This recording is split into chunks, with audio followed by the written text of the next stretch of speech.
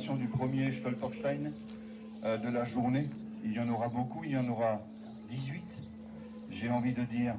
Malheureusement, c'est mieux que rien. 18 de trop. Rappelez le nom dans l'espace urbain qui a été le leur est, je crois, le symbole le plus puissant de ce projet.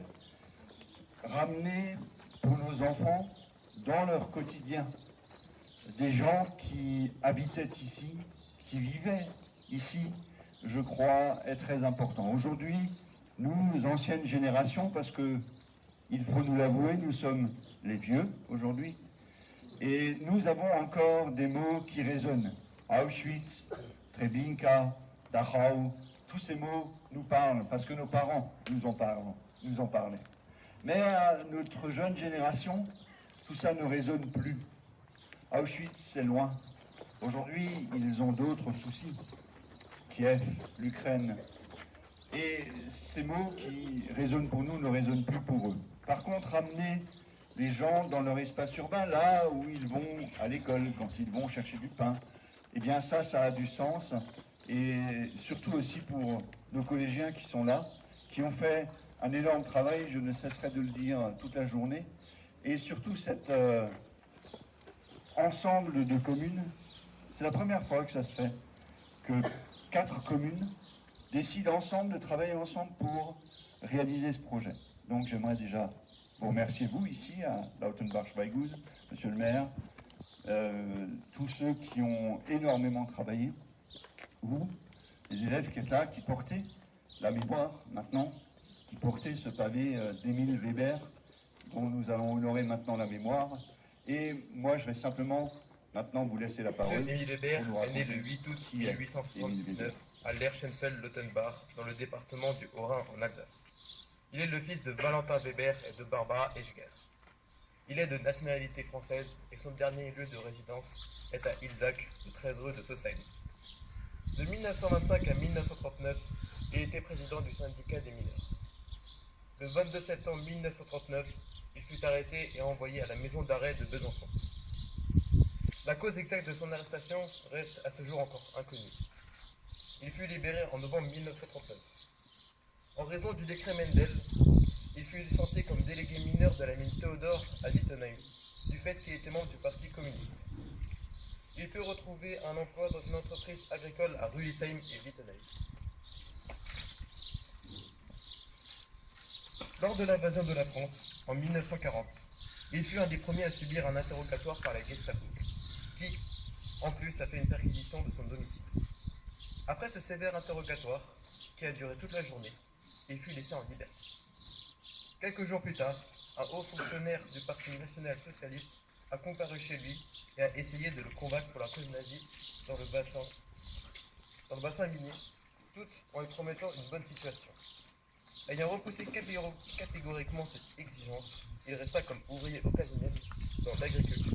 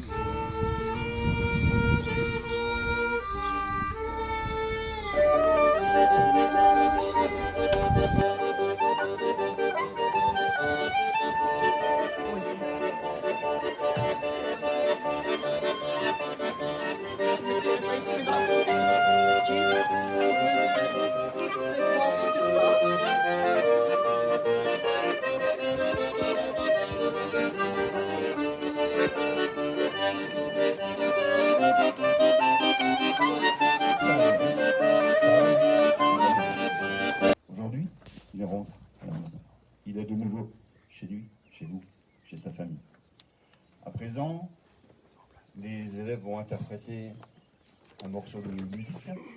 Et ensuite, ce sera le petit-fils, Monsieur Galliat, qui interprétera un morceau à l'orgue de Barba. Mais on commence donc par les élèves.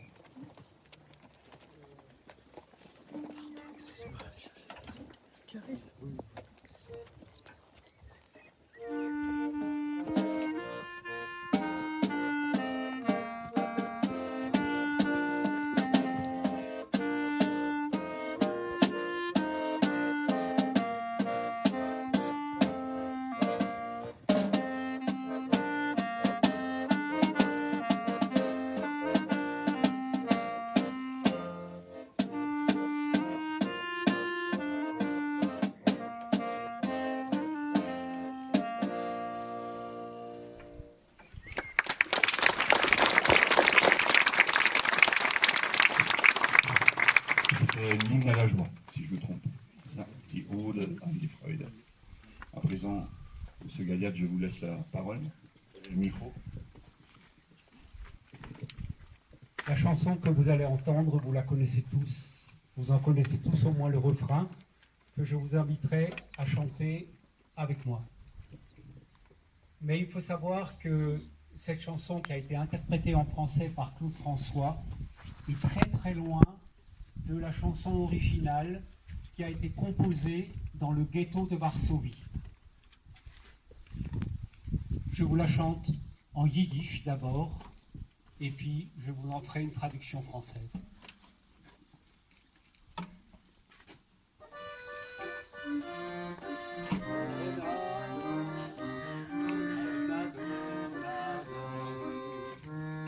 Eifenfuhren liegt das Kälberl, liegt gebunden mit der Strick.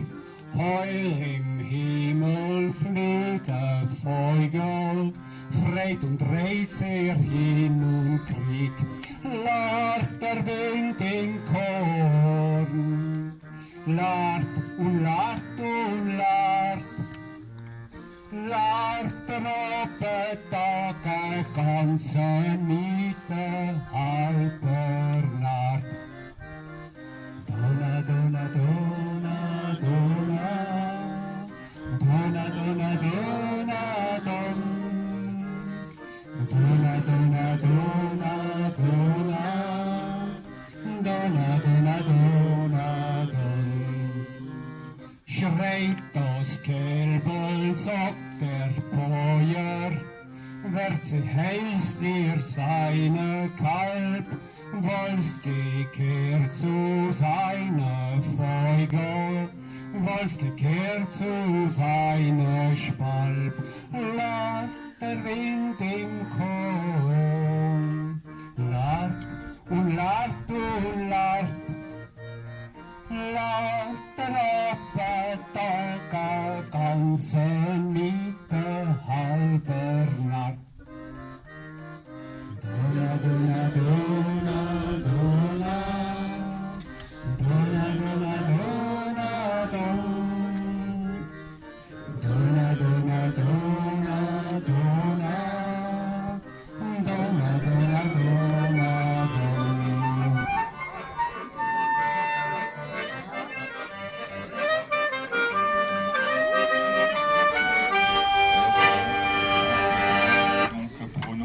La mémoire de Monsieur Eugène Amérer, né en 1925, dont les élèves à nouveau ont réalisé un travail, c'est le collège de Bulle. Je tiens particulièrement les remercier. Je tiens aussi à remercier Monsieur le maire, ici présent, et la commune de la Haute-Barthel pour sa réactivité, parce que à la base, vous n'étiez pas dans le projet, et très rapidement vous avez voulu, et nous l'avions proposé, et vous avez accepté, vous nous avez reçus, vous avez été très réactifs. Merci aussi aux enfants de l'école primaire, à leurs instituteurs, car vous aussi vous avez dû vous adapter rapidement, et on vous remercie pour ça. À présent, je vais laisser tout de suite la parole aux élèves pour nous raconter l'histoire d'Eugène Amérer.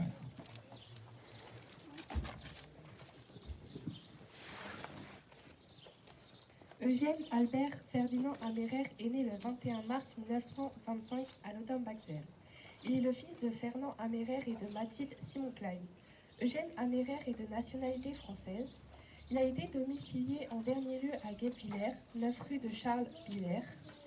Il a été arrêté par la Gestapo le 22 juin 1943 à la suite de manifestations patriotiques lors de son incorporation dans le RAD et pour propagation de tracts gaullistes et anti-allemands. Il a chanté la Marseillaise en gare de Strasbourg. Il a été emmené à la prison de Saarbrück et transféré à Strasbourg puis à Schirmeck. Il fut déporté par la suite en Allemagne et interné à Berlin-Bleuenzel-Sie. Il est décédé le 28 décembre 1943 à l'âge de 18 ans à la suite d'une pneumonie. Merci beaucoup. Vous avez entendu que ce monsieur, il a été arrêté parce qu'il a chanté la Marseillaise. Aujourd'hui, quand on va devant un monument mort et qu'on chante la Marseillaise, voilà, c'est un chant patriotique. Mais est-ce qu'on mesure toute la symbolique de ce chant et surtout la symbolique pour ce jeune homme qui avait à l'époque 18 ans et qui, comme seule arme contre l'exclusion, contre le racisme, contre l'antisémitisme, a chanté le chant, l'espoir, mais aussi un chant qui avait du sens pour lui à l'époque, qui était donc cette Marseillaise. Et lorsque on a préparé cette cérémonie ici à Lautenbachzell et que j'ai entendu que vous aviez prévu tous ensemble ici, tous les jeunes, de chanter cette Marseillaise, j'avoue que j'ai été extrêmement touché. Par le symbole, non seulement, mais aussi par ce chant qui va résonner beaucoup plus différemment à partir d'aujourd'hui, à nos oreilles, à vos oreilles, je l'espère. Vous êtes encore très petits, mais c'est super que vous soyez là, on est super contents de vous voir. On va chanter? Ouais? Tous ensemble? Allez, on va chanter à Marseille. Qui c'est qui donne le là? Allez, on vous laisse la direction.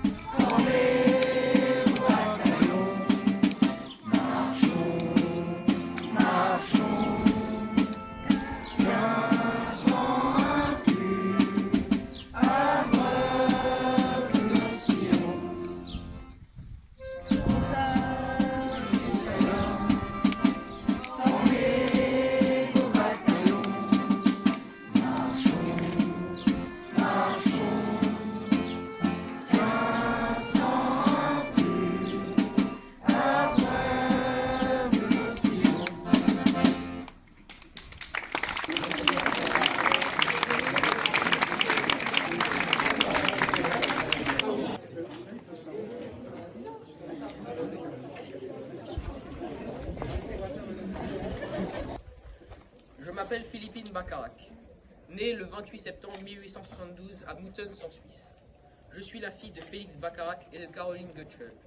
Ma grand-mère s'appelle Fogelekatz et mon grand-père Salomon Bacharach. J'épouse Isidore Lehmann. Nous avons eu 5 enfants. René en novembre 1896, puis Claire en janvier 1898, Marthe en décembre 1901, Yvonne. Je suis né le 23 avril 1904. Et enfin Félix. Je suis né le 30 novembre 1909 à Guebwiller, dans une Alsace allemande. Moi, je suis la sœur de Philippine. Je m'appelle Élise Bacharach. Je suis née le 25 janvier 1874 à Muttens, en Suisse. Nous vivons tous ici, au 80 rue Jean Jaurès, à Sousse. Nous sommes commerçants. Dans les années 30, nous prenons peur de la montée de l'antisémitisme en Allemagne. Mais en France, nous nous sentons protégés. En 1940, la France perd la guerre face à l'Allemagne. Nous quittons notre domicile familial car les Allemands nous ont demandé de partir de l'Alsace rattachée au Reich allemand. Nous recréons donc un foyer aux 2 rues des Templiers à Lyon en zone libre.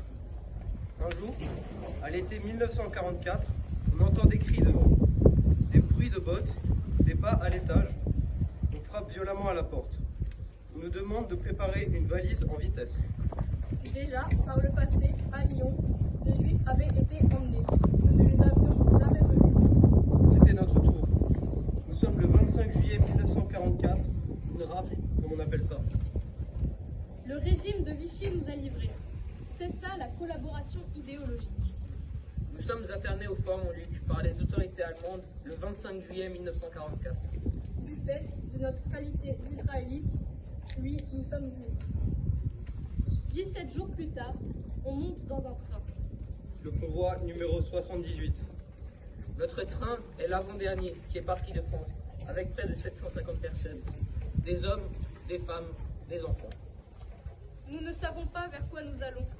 Le trajet est difficile. Il fait chaud, noir, des gens pleurent. Les conditions sont inhumaines. Puis, 11 jours plus tard, le train s'arrête. Les portes s'ouvrent. Des cris, des ordres en allemand que je ne comprends pas. On nous inspecte, on nous ordonne de nous mettre dans un rang. J'ai peur. Il fait nuit. On nous sélectionne. On ne voit rien autour de nous. On arrive dans une salle. Je dois me déshabiller. Une autre salle. On me rase.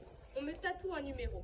Dès lors, je ne m'appelle plus Élise, mais le matricule 21 67 08 46. Je ne m'appelle plus Philippine, mais le numéro 21 67 08 57. Je ne m'appelle plus Félix. Je porte désormais le matricule 11 67 08 56. Une autre salle. Une douche. Froide. On nous fait attendre plusieurs dizaines de minutes debout pour sécher. On me donne un uniforme. J'ai été sélectionnée pour le travail et entre donc dans le camp de concentration. D'autres personnes qui étaient dans ce train, comme je l'ai appris plus tard, ont été gazées. Le 20 septembre 1944, j'envoie ma dernière lettre à ma famille. Le 28 septembre 1944, je fête mon 72e anniversaire. 3 jours plus tard, le 1er octobre 1944, je meurs, là, en Pologne, sans jamais quitter ce camp de la mort. Je meurs le 1er novembre 1944. Je meurs le 1er février 1945 à Auschwitz. Fatigue physique du travail forcé, maladie, malnutrition, coups à répétition, fatigue mentale de ces humiliations constantes, d'après vous. Auschwitz-Birkenau, 1er octobre 1944. Le même jour que ma sœur. Que s'est-il passé? Vous ne savez pas? Avez-vous besoin de le savoir? La seule chose à retenir, c'est que nous sommes 1 100 000 à n'être jamais sortis vivants de cet enfer d'Auschwitz. Aujourd'hui, je rentre chez moi. Aujourd'hui, je rentre chez moi. Aujourd'hui, je rentre chez moi. Aujourd'hui, je rentre chez moi.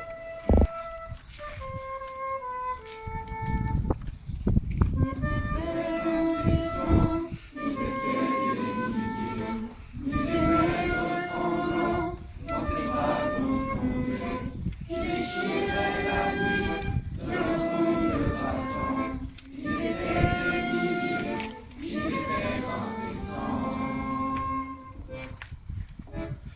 Ils se croyaient des heures, n'étaient plus que des noms.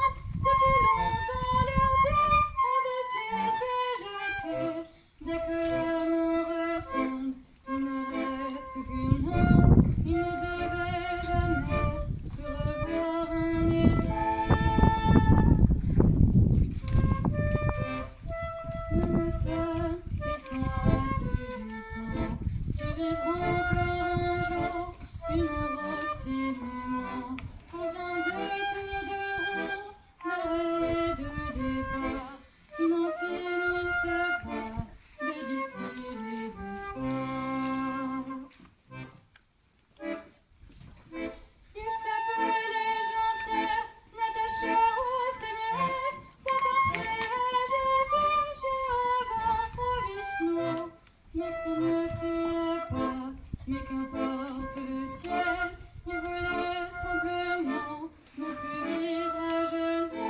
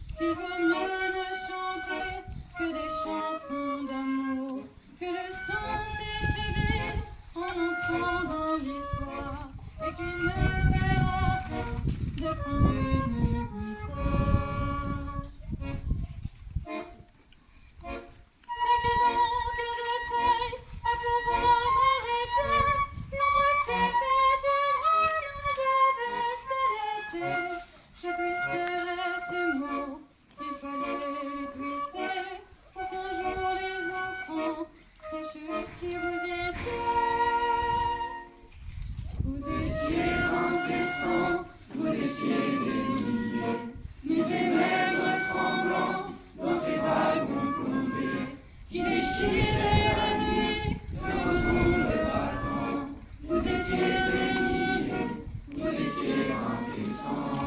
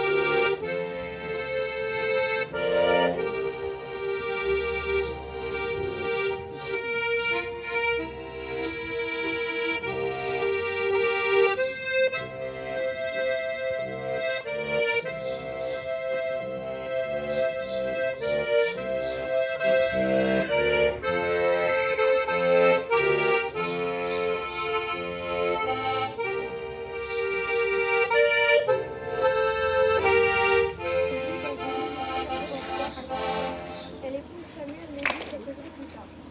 Elle décide alors d'aller habiter à Paris. C'est là-bas qu'elle a ses deux enfants.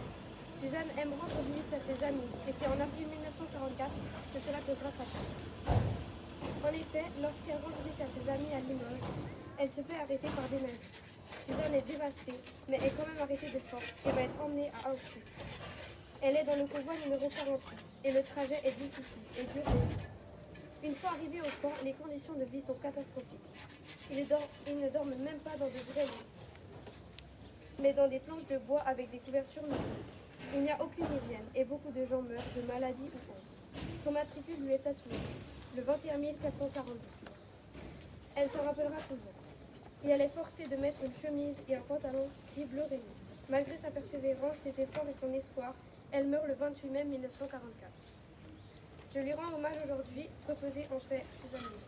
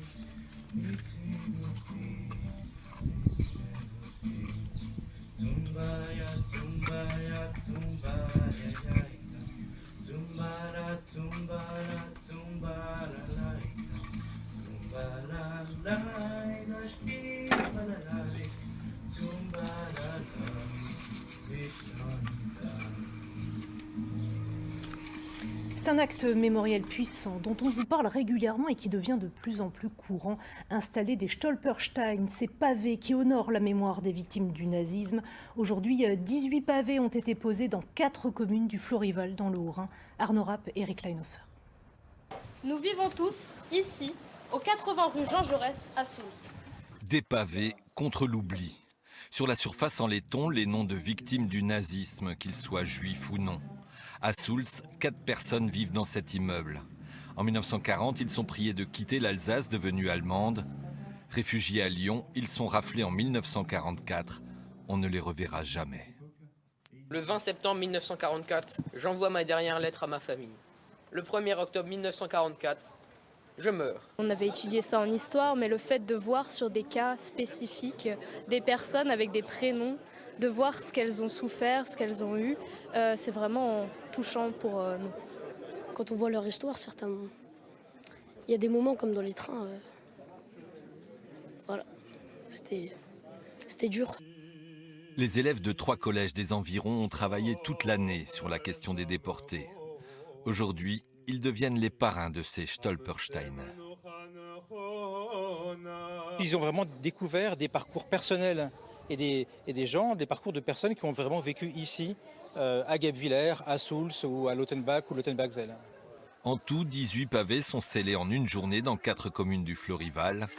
Une opération qui a suscité l'intérêt de voisins directs. On n'en parle plus beaucoup. Et je veux dire, même moi, maintenant, avec ma petite dernière, j'ai préféré qu'elle loupe, comme on dit, l'école cet après-midi pour qu'elle assiste à cet événement qui est une page de notre histoire. Des pavés en guise de sépulture pour ceux qui en ont été privés. Et une mention « Mort pour la France ». Ça concerne tous les déportés, donc toutes les catégories aussi de victimes, fusillés. Alors on pense évidemment aussi aux homosexuels, aux handicapés, aux témoins de Jéhovah. Enfin, la liste est longue, hein, déportés politiques évidemment, internés résistants. À ce jour, 100 000 Stolpersteine ont été posés en Europe en mémoire des victimes du nazisme.